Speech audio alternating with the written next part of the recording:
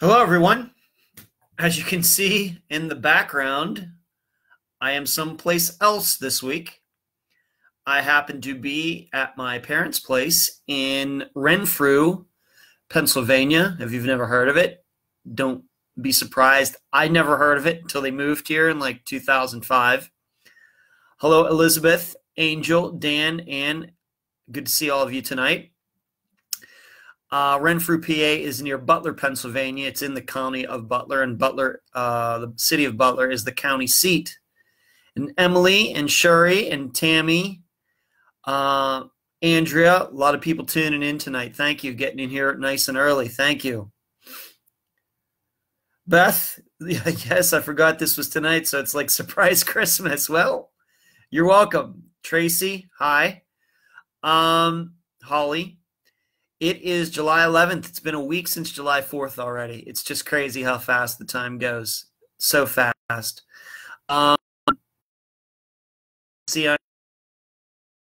I grew up in Leechburg, Pennsylvania, but my parents moved to this area in 2004, 2005.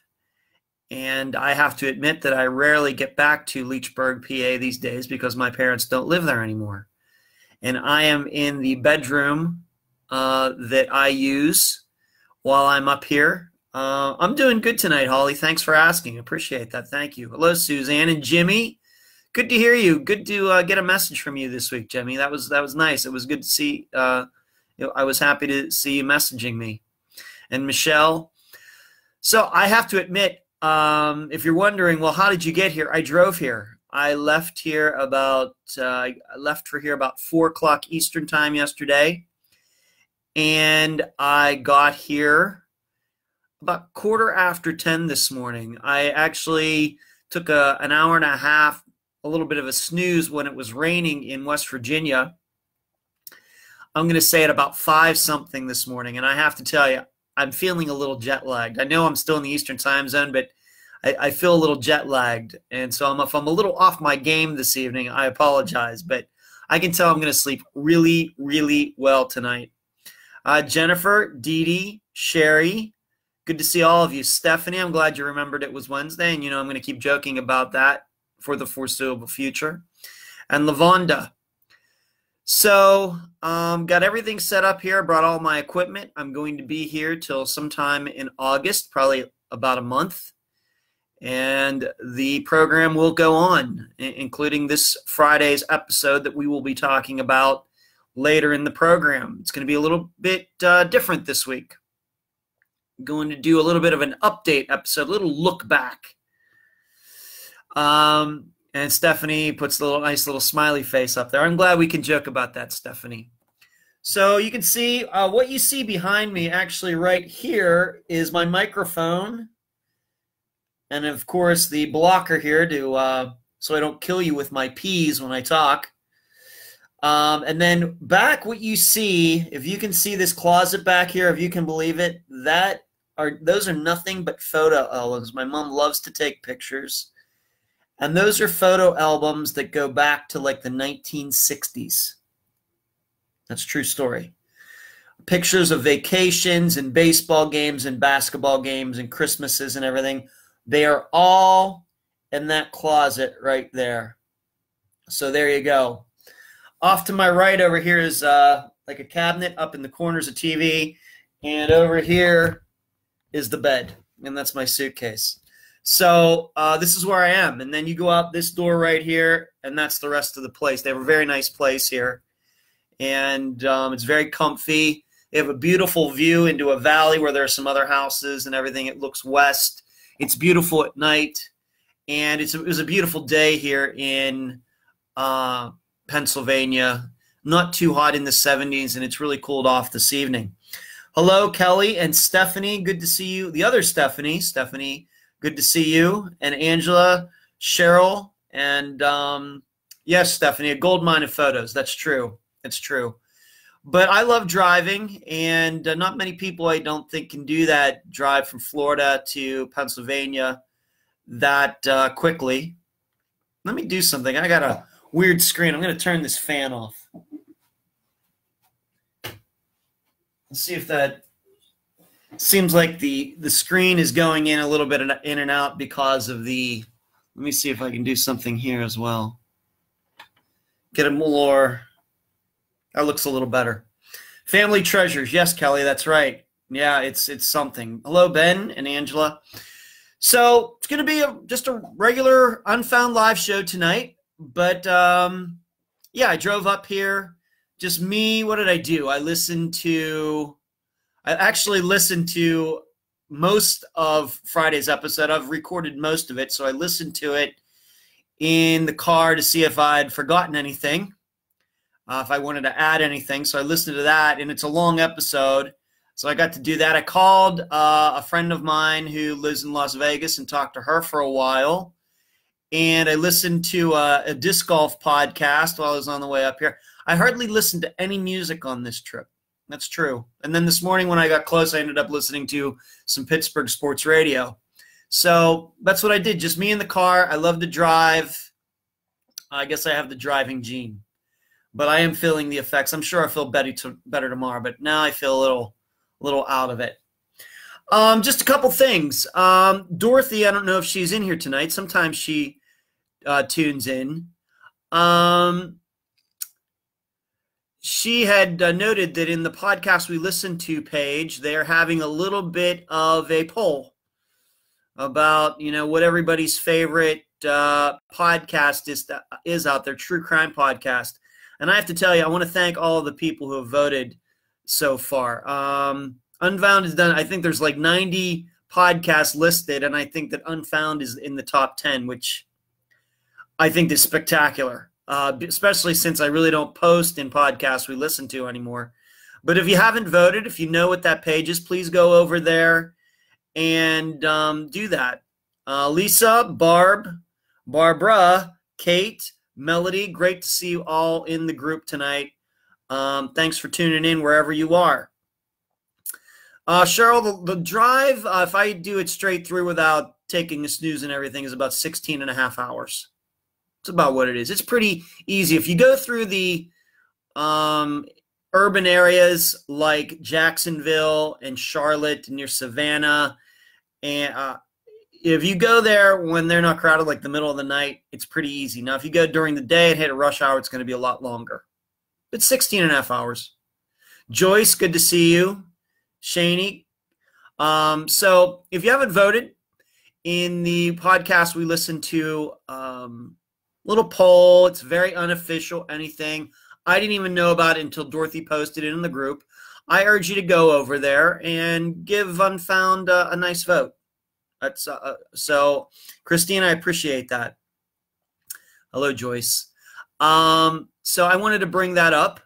That's usually not something that I would usually do. Of course, once in a while, if Unfound makes it on some list, I mention it. If I notice it, I really don't look for those things. But if Dorothy is going to take the time to post it and ask people to vote, then at least I can back her up and say, yeah, that sounds like a good idea. Otherwise, I wouldn't have probably even known about it.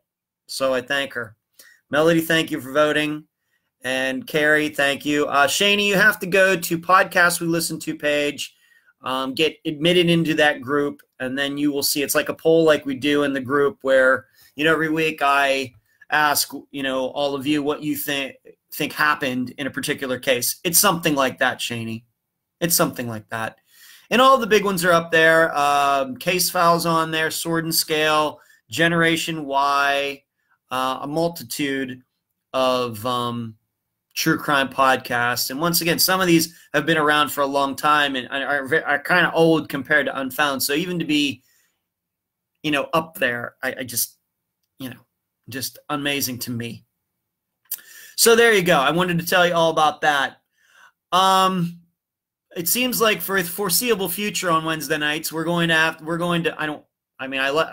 don't mind doing it, but we're going to have to do a Thomas Brown update. As everybody probably already knows, the Thomas Brown case has been a big one for Unfound for a variety of reasons. And Unfound this past Friday, was it Friday night, got recognized again. A reporter there asked if they could use the video, and I sent it to her. What's her name? Cassie. And they did another story about Thomas Brown's disappearance, and Unfound got credit again. And hello, Lisa. Hello. And Christina. Christina, I'm going to be answering your question tonight. But Unfound got mentioned again, was posted up there. And I have to tell you, I'm not here to, I think that this is what podcasts, if they're considered to be in the news category, should be aspiring to. Because I have to tell you, my perception is that reporters who do this for a living and actually go to like a news station and are out working in the city somewhere, I really don't know how seriously they take us. And I'm not saying that we need to worry about what they think or anything. I'm not saying that. But I've told you for a long time now that the goal of Unfound has always been to move beyond just podcasting. Podcasting will always, I think, be at the base of what I'm doing, and the people that help the program, like Emily, for example, who I know is watching tonight, going out there and talking to families. But we should be aspiring to getting mentioned on news programs. We should aspire to, finding information that these media companies don't get themselves. And I don't know how many programs out there are really, trying to do that or have done that. I mean, to my knowledge, once again, maybe my knowledge is very limited, but I don't know too many podcasts out there that have gotten, mentioned during a regular news. And I'm not saying something like, for example, I got interviewed by the Trib in Pittsburgh in January. Great, but it was a story about me. And I know that there are many podcast hosts have gotten that done to them, and I think that's great. I think that's spectacular. But if we are actually in the reporting business, the news gathering, the fact gathering business, then I think that we have to prove our worth to these people. I don't think that we should just be content on having our own little niche over here. And, we should be worried about breaking news too.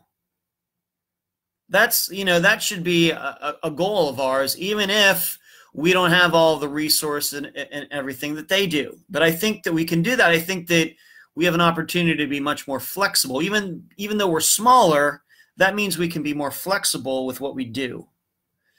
And because, as you know, news shows take a while to put together, and editing and all of these things, and writing scripts and everything, whereas we can just pull up the microphone and say anything anytime. So so it's very important. I continue to believe that it's very important. In addition, we know that right now, there aren't too many podcasters making a living doing this. And even though I don't have any other job or anything, I'm not driving an Aston Martin or anything. But if you want this to be a career, then you have to prove your worth and the ability to find facts and information that they haven't gotten.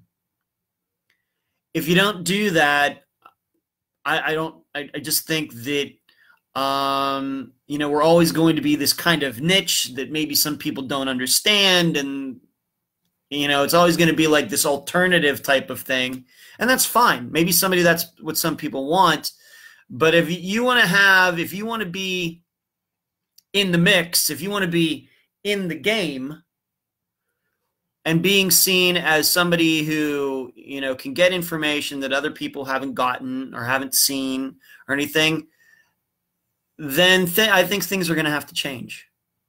I think the attitude of many people is going to have to change. And, what is going on recently with getting mentioned on a radio station, KXDJ, and of course me being interviewed, but they're talking about Unfound even when I'm not being interviewed. They're mentioning Unfound on two stations, or it was the same station, just two different reporters, I think, and getting the name out there and everything, is really good for the program. It's good for, of course, Penny and her family. It's good for the case. It's good for everybody. It's good for everybody except the people who caused Thomas to disappear. And I think that makes it a pretty good thing. So, I just think there's something there. I think that there's something there. Joyce says, I watched the newscast on the Brown case and the lawmen are furious. If you say so, Joyce. Kate says, we don't want to be a niche whatsoever. Kelly, I'm up here in Pennsylvania. Everybody's seen Kelly. Kelly lives somewhere up here in Butler County as well, and I've talked to her many times through Messenger about Western Pennsylvania. It's good to know her. So once again, just to condense that all down, Unfound was on Amarillo TV again. They were talking about the case. The video wasn't analyzed or anything else, but they did show a few clips again. And one of these days, I'm hoping that somebody there in Amarillo or wherever can, sit down and diagram those videos and tell people why they are important.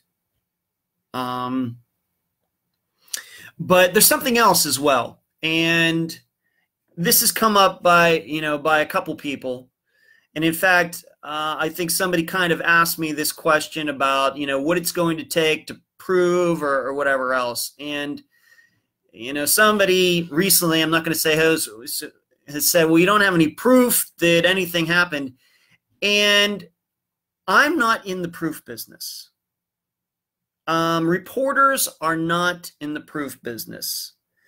Woodward and Bernstein with Watergate was not in the proof business. Ben Franklin, going way back to colonial times when he was writing under an assumed name and everything, we are not in the proof business. We are in the fact business. All right. Proof is for police and prosecutors. Truth and facts and being honest are for reporters. All right. And their business, if we really, I guess, wanted to get technical, my business is the First Amendment. Their business is the Fourth Amendment. And so I think that well, you don't have any proof. I'm not in the proof business. I'm not trying to prove anything.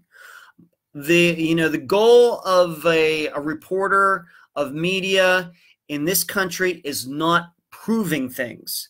It's reporting things.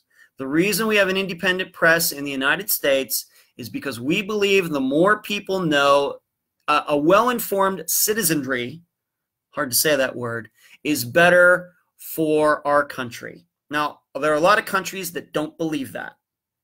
There's a lot of countries that don't. We in the United States believe that.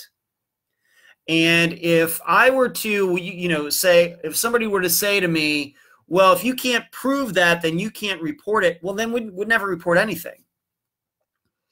All of the great stories from throughout time would never have been reported until somebody got convicted for doing something. And then I guess you could say there was proof. I'm not in the proof business. I'm in the facts business. I'm in the honesty, truth business, which I think, unfortunately, these days, all around, the media does have an integrity problem. And I don't ever want to have people look at Unfound and say that it has an integrity problem. So I'm going to be honest. I'm going to tell you the facts. And as you know, there's a reason at the end of every episode, I leave the rest of the theorizing up to you. I give you the facts and you come to your own conclusions. All right. And what's going to be interesting is when we get to the update episode on Friday, is there's a big case that, a long one, I should say, that Unfound covered, going back to March 2017, where I put forth a very good, a lot of facts that I thought undermined the actual story in it.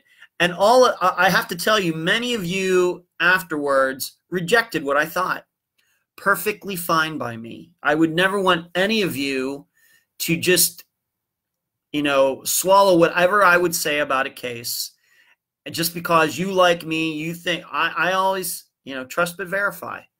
I say that whatever I report to you and whatever my guests tell you, I think that you should go out and look for it yourself. Get into it yourself. Take an interest yourself. We're just pointing you in directions. That's all. And if you don't want to do that, that's fine too. But, I'm not gospel here. There is no dogma here or anything. Jessica says, hi, I'm running late. Jessica, that's perfectly fine. But also, in regards to the Thomas Brown case, is that everybody gets treated equally on the program. Everybody. When it comes to presenting facts to the public. And anybody who expects to be treated differently is wrong. That's just the way it is. That's just the way it is. And if you want to reject some of the things, the facts or whatever else, or whether they have anything to do with the disappearance, that's up to you. That's up to you. I may disagree with you, but as you know, I don't argue with my listeners. All right? We have discussions. We think critically. We present our arguments back and forth, and we're still going to be friends when it's all over. I don't argue with people. I don't even, even the Ronald Adams who emailed me, I didn't even really argue with him. Really. So, I don't want to, I think this whole thing about, well, you can't, there's no proof that this happened. Well, you know what? If that is the case, that's the exact standard that police use when these people go missing and then they're 20 years later and police are still saying nothing happened. Sometimes you have to just look at the facts and maybe make a couple assumptions to go in a particular direction. But just to be clear, I am not in the proof business. And that's right, Sherry. Sherry knows. Sherry and I have had, Sherry's making the comment, he will let you have the last word. And she knows that. Sherry and I have discussed a couple different cases. We kind of disagree on them. Maybe we disagree about maybe the overall, I'm not going to get into what we've talked about. I think that would be wrong. But I always keep my word. I said, Sherry, you can have the last word. And I keep it. And that's how I handle things. So I am not in the proof business. And anybody thinks that there should be a higher standard because somebody is in a certain position of respect, whether it's a lawyer or a policeman or a teacher or, these professions where, we have we kind of put them on a little pedestal on top of everything else. I don't believe in that. I just don't believe in it. Everybody's the same. Nobody's above the law. Nobody's below the law. Everybody is just on the same line. And that's why Lady Justice for American courts is blindfolded. That's why.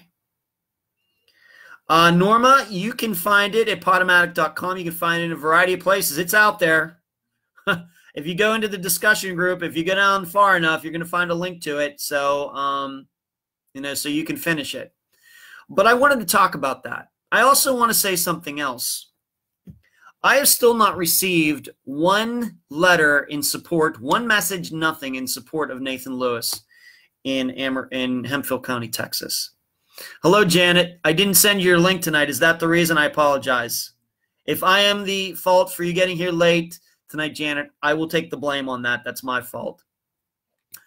But I have been told that the reason that I haven't gotten anything is because there is like a silent majority out there of people who are just keeping quiet. It's usually only the people who are really miffed about something. They're the ones that are going to really complain. And of course, I've gotten a lot of complaints in both the email and my messenger about what has gone on in Hemphill County, Texas. Okay. here's what I'm going to do. I want somebody in that silent majority to message me. Okay? I don't care who you are. I want to know your name so I can prove that everything is true. I don't want to get an email from somebody, some hacker in Russia. I will never tell anybody who you are unless you present information that you know what happened to Thomas Brown that night. But if you are a person who voted for Nathan Lewis as sheriff of Hemphill County, I want to talk to you. I want to talk to you. Nobody will ever know your name or anything. I just want to get an idea from you as a person in the silent majority that allegedly exists there. I want to talk to you. I want to have a discussion with you. It will be cordial. You can ask me any questions you want about myself. I'm going to ask you questions about what has gone on, from 5 years ago to 10 years ago in that county to most recently. And I think that I'd really like to get inside of that silent majority in that area, if it exists. Maybe it does, maybe it doesn't. I'm not sure. But I've been told that it does. I'd like to see some people. I guess for once, I've gotten a lot of anti-Nathan Lewis messages. I'd like to get some pro ones and talk to these people. I will not be accusatory, just going to ask them questions. And so I'm sending unfoundpodcast@gmail.com. Find me on Facebook. Find me on Messenger. And we can talk. Nobody will ever know that we talk. Nobody will ever know your name. But it'll help me, being that I don't live there, it will help me better understand the county. And you're in Canadian Texas and the surrounding area, being that I've never been there. Okay? I think that would be constructive for me, and I would deeply appreciate it. We will have a cordial conversation, even though you may not like some of the things that have gone on Unfound recently, but I give everybody a fair shot. Everybody. And I will continue to do that. Dara says, hi, Ed, listening, watching with my wife, Shannon. Keep up the great work. Thank you. I'm going to do that. Carrie said, bad voices are always louder than the good voices. Well, maybe.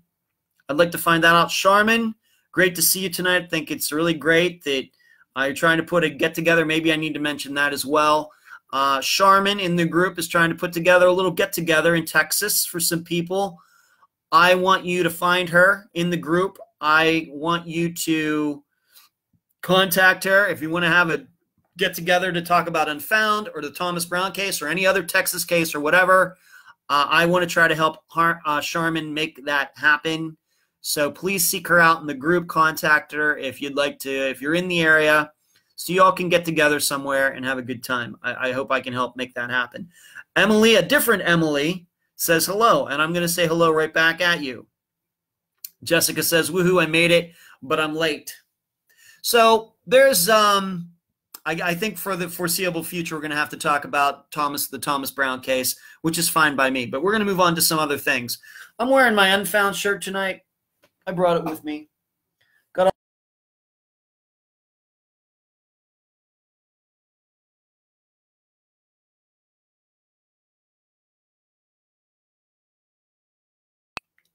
Okay, it was a little surprise there for a second.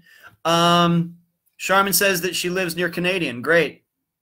Rodney, good to see you. Everybody's tuning into it. Got a lot of viewers tonight. The books, volume 4 is out, and the playing cards and PayPal and Patreon. I just had a new Patreon member today. Let me see her name. Christy, thank you so very much for tuning in and contributing to Unfound's goals. I deeply, deeply appreciate that. Am I being seen? It said there was a bad connection for a little bit. Can everybody see me? Yeah, there was a little signal glitch. I don't know what the signal. I just have to deal with the signal that I'm giving up here. So normally in Madeira Beach, I have no problems. I don't know what's going on up here, though. It seems to be okay, but I'm going to just keep talking, and you'll just have to catch it because the computer records it one way or the other anyway. So if it gets messed up, you just have to see it on YouTube later. Let's get to a little news. All right, let's get to a question. I take that back. Let's get to a question. Alexis asked me in the group, what percentage is between somebody running away, somebody committing suicide, somebody being, unfortunately murdered. Let me make sure I can get this right. Let's see this real quick. She asked me what the percentages are, to break everything, down. And let me see this.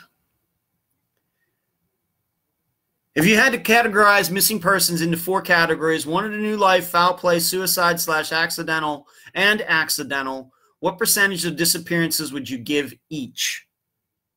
First of all, foul play is going to play a considerable it's going to be a considerable percentage. I'm going to say 85%, probably. And then I'm going to say accidental / suicide is accidental suicide could be somebody who overdosed and didn't mean to, or overdosed and meant to, or jumped off a bridge or something like that. Suicidal and accidental, I think. So 85, I'm going to say that's like 13% or something. So we're like 98%. And I would say that wanted a new life is very, very low. I'm going to say that's like 2% or 1%. I think foul play is 85%. Suicidal / accident is up there, 80, 90, takes it up to 98%. And then wanted a new life is the rest of it. I'm sure somebody might take a look at it, and I don't even know if there's some statistics that ever even looked into that, but that is my perception. I take for granted that, I'm almost done 100 cases now. Maybe 2 of them are people who ran away. I believe 85% of them were probably foul play, and the other ones are maybe overdoses / accidental death, something like that. I don't know, though. I don't know if that's ever been studied or not. I don't know, but that's my perception and what I think I know about missing persons cases. Angel asked me, have I thought about, going back to the Thomas Brown case, have I thought about interviewing Phil Klein, who is the private investigator for Penny? I think that Chris Samples at KXDJ and they seem to have a good relationship. They've known each other for a while. Phil, I think it sounds to me he feels very comfortable going on Chris's show. I'm just going to continue to let them do their thing. I don't think that if I were to interview Phil Klein, that first of all, he's an investigator, so he's only going to say so much. And that's perfectly his right. Totally fine to do that. But I just don't know if we're really going to find out anything new from him. I don't know that. That once again, there's a reason. I mean, we've had some private investigators on Unfound for some cases, but only because the family itself didn't want to come on. Maybe most recently, like Krista Montefiore case. Her family does not do interviews, but they gave Dennis Mahan the opportunity to do that because they trust him, have known him for a long time. That case, it works. But with Phil Klein, it seems to me that he's getting out everything already. He has access to, he's been working on this for a long time. He has access to the media there. He's on TV, on the radio. And as he appears places, we'll keep tuning in and see what he has to say. I just don't know if I would really be able to add anything in talking to him. If I did, I'm not avoiding it, but I just don't know if, I don't know how much would really come out of it. I don't know. I think that everything that on my end and what I do was said during Penny's interview for 3.5 hours. That's one of the most complete interviews that has been done. So I think it's a good idea in theory. I just don't know in practice if we're going to learn a lot. And once again, I'm not criticizing. I understand that he can't say much. I get it. No complaints whatsoever.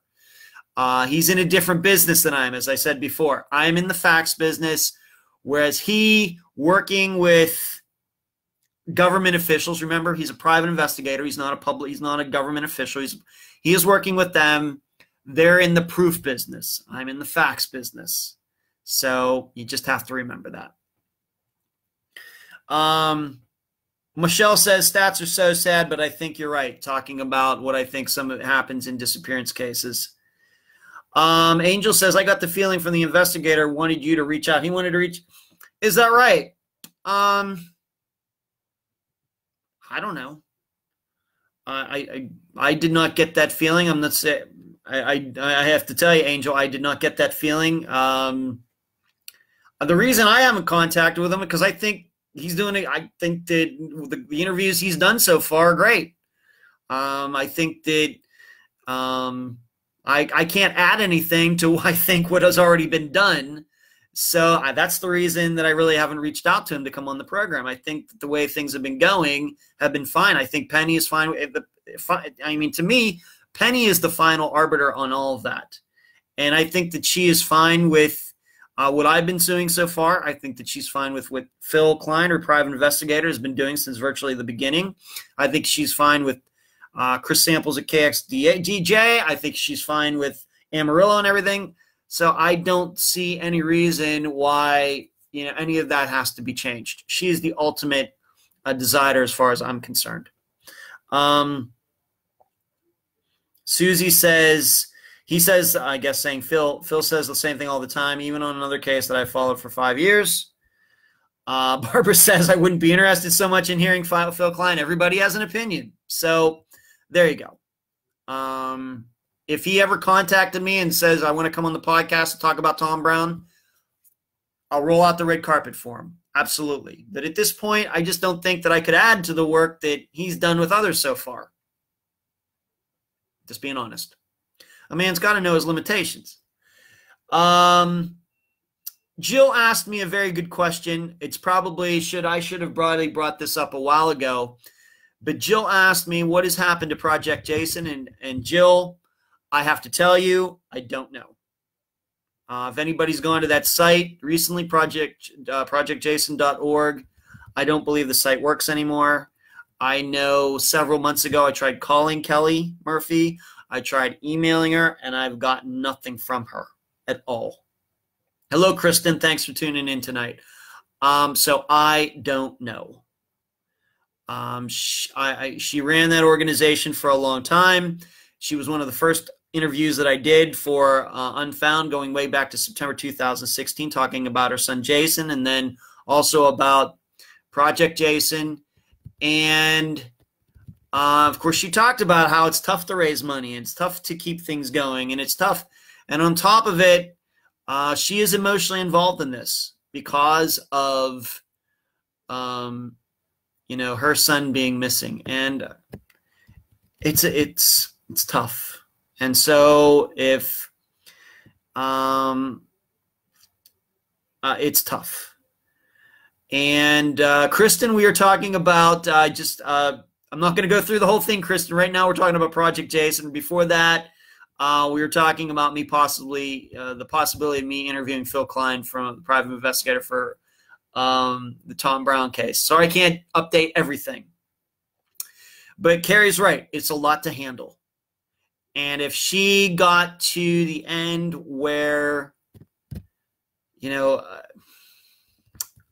it's probably a variety of things, and I don't even want to. All I know is that of what the conversation I had with her, the interview that I had with her, I'm going to say after that interview, I talked to her on the phone maybe 3 times, maybe had maybe multiple emails, exchanges with her.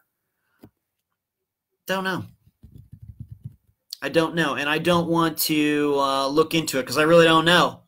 I can only guess from the interview, and it's emotions, it's raising money, It's the time. It's all these things. And in many ways, it's like trying to run a podcast. It's the same thing, but without the emotional side of it, which is probably the most, it was been the most difficult thing for her. Mary Lau, you know, she's been doing for a long time, but I'm sure that's not easy either. It's just not. So if, you know, I'm hoping that Kelly gets back into it at some point. If she needs to take a break, I'm going to be the last person to criticize her on that. I think the missing persons community needs her. I think the missing persons community needs Project Jason. But ultimately, it's up to her. She's the one that's been emotionally affected. And if she wants to take a break or just stop doing it, then that's the way it goes. And she gets no criticism from me. Mandy says they have a statistical breakdown of percentages for missing person unidentified on the NCIC FBI website. Do I want to even know if I even came close, Mandy? Do I even want to know? I didn't even look. Carrie says a lot of people expect help to be out there. So few want to help fund that help. That's true, Carrie. That is true. And Kristen, yes. I know that you deal with the same things that I'm talking about here. I understand that. That's certainly true. So I just don't know, and I have to tell you, even if I knew, even if Kelly had told me personally what happened, I don't know if it would be right for me to tell of you. All I will tell you is I've not talked to Kelly Murphy in probably over a year, and it's not for a lack of trying. You haven't seen Project Jason? What is the mission? It's a nonprofit organization trying to help families, you know, deal with their loved ones going missing and raises money, and it had a forum and everything. And it got started by Kelly Murphy, who lost her son Jason to a disappearance in 2001. She started, I'm going to say, in 2003. And if you go to the website, it just doesn't exist anymore. And it just shut down quickly. And frankly, I know a couple people who know her well, knew her for a lot longer than I have, and they couldn't reach her either. So there you go. I don't know. It's sad, but I understand it. I just completely understand it. Let's just do a couple, maybe one news thing I posted in the group. Did you see where this guy turned himself in after 32 years? This happened, let me see here, in Kelso, Kelso, Washington. A guy, Glenn Adams, had killed, I guess, strangled to death. Glenn Adams strangled to death Russell Haynes in 1986 in Kelso, Washington. So it's 32 years ago. Well, just out of the blue, Glenn Adams, after all this time, I guess, finally grew a conscience, and he turned himself in. The police say that he was never on their radar. It was a completely cold case. They had no suspects at all from what I've read. And then this guy just happens to come in, and he submitted the DNA test, and they had some DNA, I guess, or fingerprints or something from the murder scene. And he matched, and it was him. It's nice to track these people down. And I guess this, I mean, if anything, what can we learn from this? You know, I'm big on the learning part of what can we learn from disappearances, the ones that not just that Unfound covers each week, but the ones that you take an interest in and read at charlieproject.org or whatever. When they get resolved, what can we learn? Like with maybe like Laura Bible and Ashley Freeman's case. What can we learn from that? How do we use the information to look at other disappearances and try to figure out what happened? I think what you can learn from this murder that is now solved is that there are going to be cases where the suspect, the murderer, the killer, whoever, is a completely random person. Even though we know that a majority of people, if they're murdered or disappear, whatever, it's caused by somebody they know well. In this case, it doesn't sound like that. We always have to be open to the idea that it was something random. Now, when it's, how do you know it's random? That's the tough part. That's the tough part.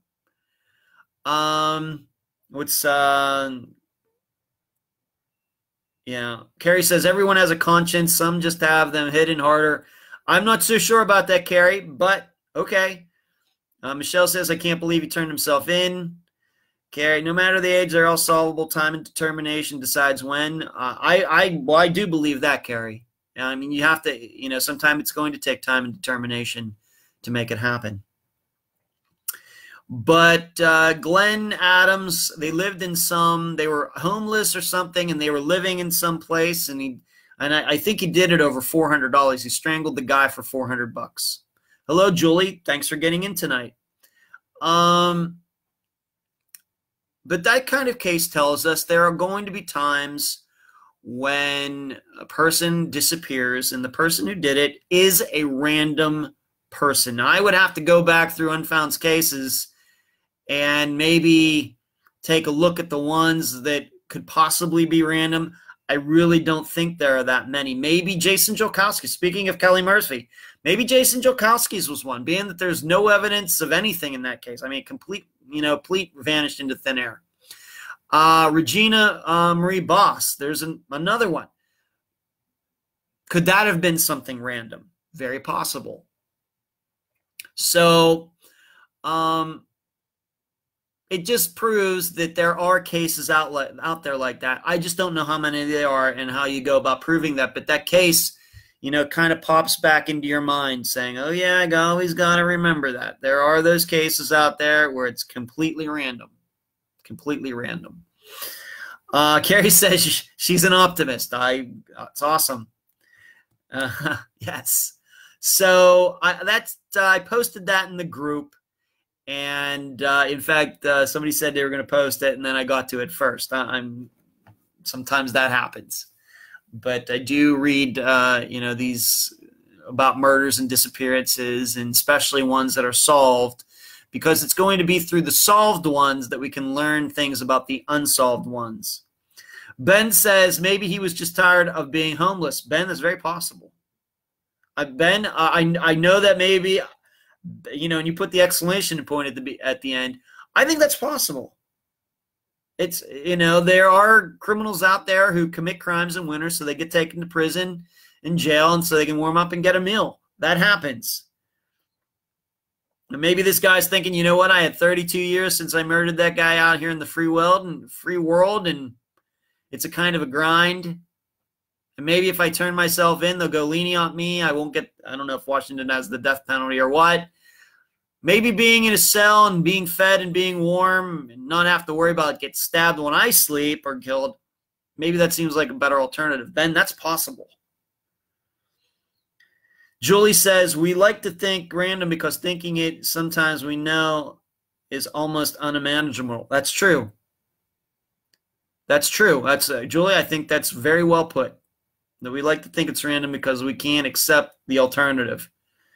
There is some denial that does go into these disappearances, no doubt about it. And ones where you just don't think it's possible that person could do it, you're right. And we live in a state of, people live in a state of denial. That's a good point. Danita, are you looking for new cases? Danita, I'm always looking for new cases. Me and Emily and a couple other people who help me find cases, we're always looking for new cases. I have one missing in Kansas City since May 2016. I would urge you to find Emily and send any information you have, and she will look into it, and Emily and I will talk about it. Absolutely. Whatever you want to do, Donita, I'm up for it. Becky asks, in the case of Thomas Brown, do you know if it's normal to not talk to the mother? In the case of Thomas Brown, do you know if it's normal to not talk to the mother of a missing teen? Becky, you're going to have to rephrase that. I'm not exactly sure what you're asking there. Do you know if it's normal to not talk to the mother? Are you saying the police didn't talk to her? I think they did. I'm not sure what you mean by that. I want to try to answer your question before the show's over. So, Becky, why don't you give it another shot? And I want to answer that for you.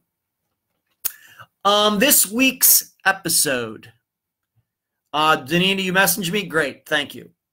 It is an update episode. And I'm going back to the beginning. I'm going to start with right at the beginning. And I mean, the first part of the episode is very much like how I do a little talk at the beginning, the music comes in, and then I have a theme, and then I do a summary of the case.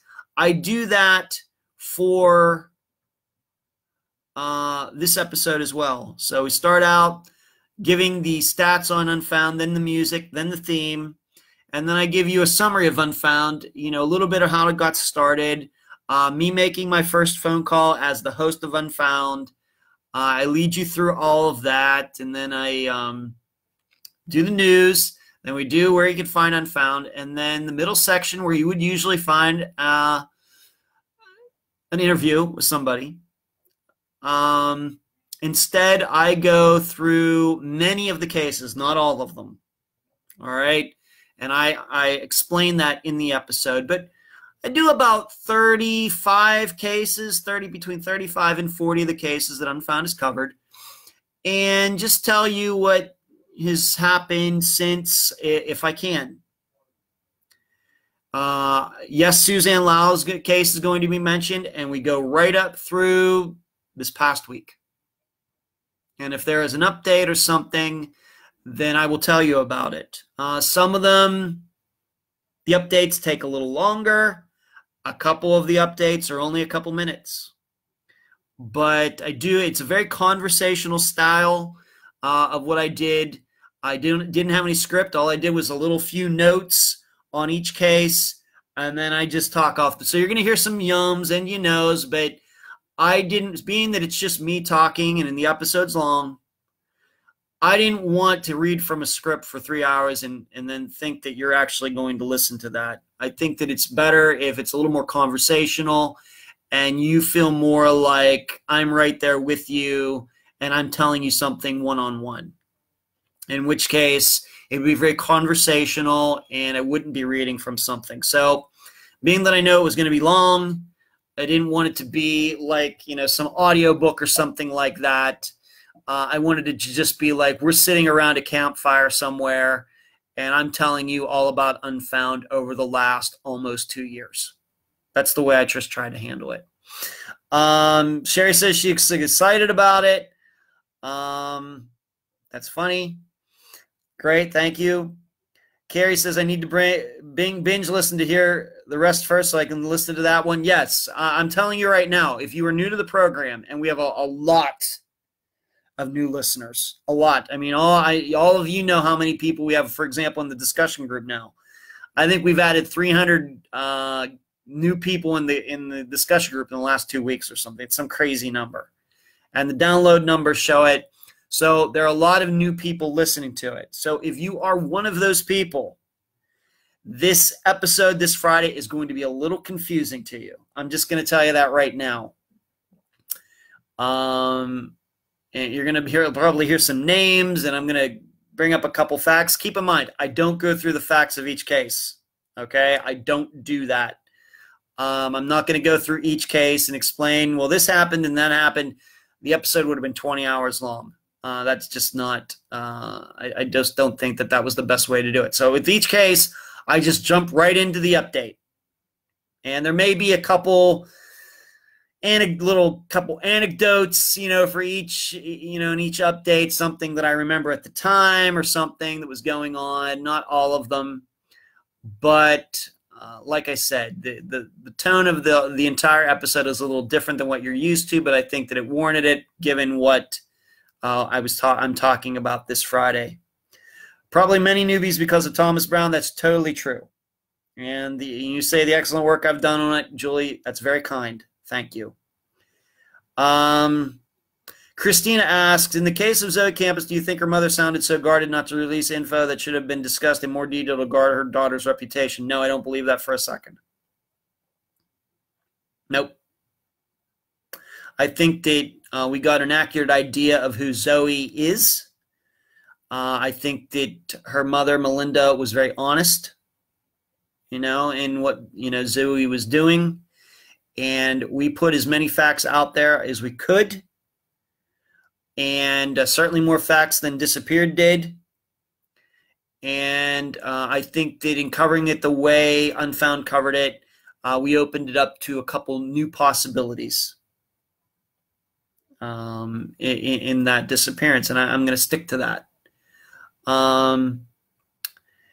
If anything, I think that what Julie said earlier about, people in denial and things, that the only thing I would say about that case is that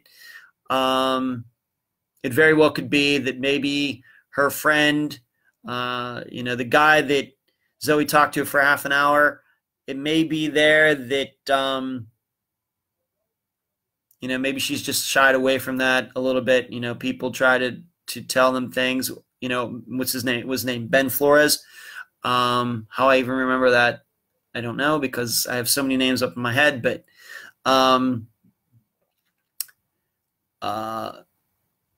very well, maybe, that was maybe a little exposed in the episode. Maybe.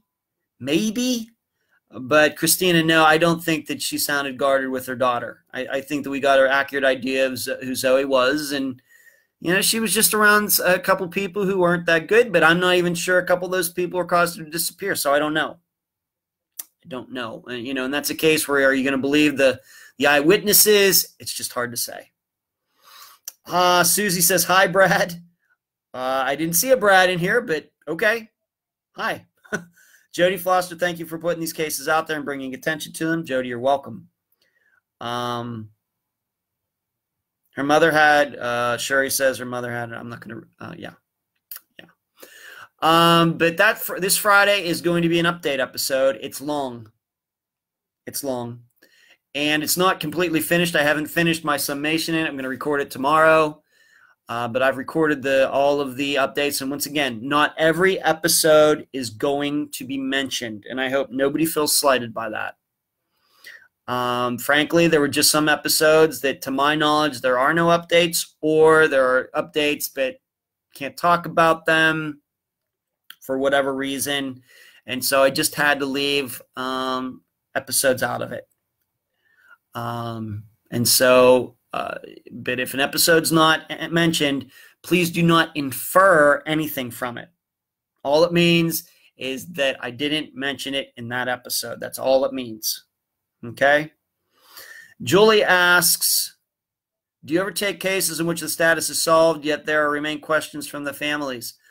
Not really, Julie. I mean, there are so many, I would think, I have to think that Emily and I were talking recently about a case where the woman is still missing, but somebody was convicted for her murder, even though the body's still missing. And I'm still looking at that one, frankly.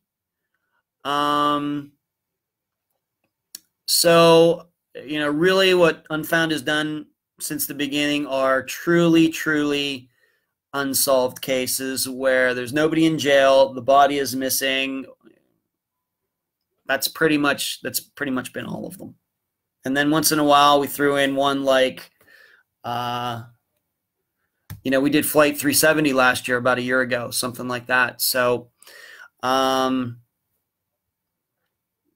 I don't get into, if the status is solved, but the families still don't have, all the answers and all the pieces to put together. No. No, I'm never taking any of those cases on. Oh, Brad Dennis with Class Kids is watching. Oh, is he? Susie, that's news to me. So, well, Brad, hello. I didn't know you were in here tonight. If I missed your name, I apologize. So that's going to be the episode for this Friday. And it was a long time coming. Many of you have asked for it. And I think it's important, getting back to the way this episode started, when I talk about podcasts being taken seriously as news distributors, news gatherers, breaking news. I think one of the ways that we get credibility doing that is showing that, well, this is what happened after Unfound covered a case. Now, in some of these cases, I'm not sure that Unfound had anything to do with it. For example, Lard Bible and Ashley Freeman covered the case. 8 months later, somebody's caught. I'm not sure Unfound had anything to do with that. And, and I don't mind saying that. My ego is not tied up in any of this. However, on some of these, it's definitely the case that with Unfound's coverage, things got moved forward. All right, on a few of them at least. So, and it'll be for you to determine which of the, I think I know which ones are that way, but it'll be up to all of you to determine which ones you think Unfound, had a big impact on and which ones Unfound had no impact on. And we're just going to keep working hard. That's all we can do. Don't know if this question has been asked, but would you consider doing more recent cases such as this one? Mandy, I usually like to let cases go for a while, and here's why. And I've talked about this before. For a guest to be on Unfound, it takes a little bit of work on their part. Because we do a lot of talking, I ask a lot of questions. I take up a lot of my guests' time before they appear on the program. And if it's a very recent case, that could be time they could be better spent on local media. Remember, Unfound is an international program. That would be better time that's better spent locally, working with the police, because any time they're spending with me is less time with the police, less time with a detective, less time with local media, less time printing flyers, et cetera, et cetera, et cetera, which is that time is better spent in that time. Now, if it gets out to be a year, then I think that Unfound can probably do something. But early on, because of the time that it takes for a guest, and some of the guests know, I mean, they'll tell you, I talked to Ed twice. He sent me questions. We went over this. We went over that. We looked at the outline. We changed this. It's a lot of work to be on the show. I'm not sure if all of you realize that, but it is. And for recent cases, I think that time is better spent working with those people locally that can really, really help. Now, when it gets out to a year and maybe things are kind of dying down and everything, then Unfound can come along. We talk, I give my kind of expertise in it, and then we try to build the fire again. And I think the Thomas Brown case is a perfect example of that. Perfect example of that. Relatively new case, probably the newest case that Unfound has done, and we see what has gone on there. Christina says, I'm in Frostproof, Florida, right in the middle of both coasts, hoping one day I can make it to a live meeting. Well, we haven't had any get-togethers in Florida yet, Christina, but I will let you know when we do that. So what do we go? Man, well, this time's went fast. Over an hour already. Oh, my gosh. Oh, my gosh. Where's the time gone? Maybe it's because I'm feeling a little tired and everything. I feel like I need to answer Christina's question before we go tonight. Christina asked, and I think Christina asked, this is because she's from Montana. I know, Christina, I know you're in here somewhere. Christina asked Ellen Sloan to move it forward. Wow. As I wrote at the Patreon blog last Friday, that I think that what Brienne, Ellen's daughter, needs to do is she needs to learn as much as she can about William Golson. And I think that the first thing that needs to be done is, and we talked about this in the episode, I asked her this, and you go back, she needs to build a relationship with William Golson's daughter, specifically the one that was raped by him. I think that would help. I think that the daughter would also want to find out what happened to Ellen. They can work together. I think that's where that starts. That would probably be a real, both Brienne and William Golson's daughter have been damaged by William Golson. I believe that.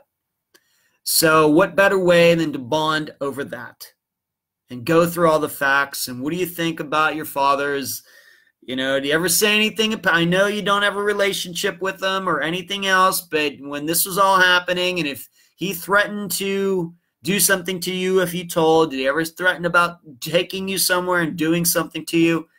That would be And I think I even told Brienne that off the air, that that's where I would start. In addition, she has to, hello, Krista, Dina, thank you for still being here. I think that she also has to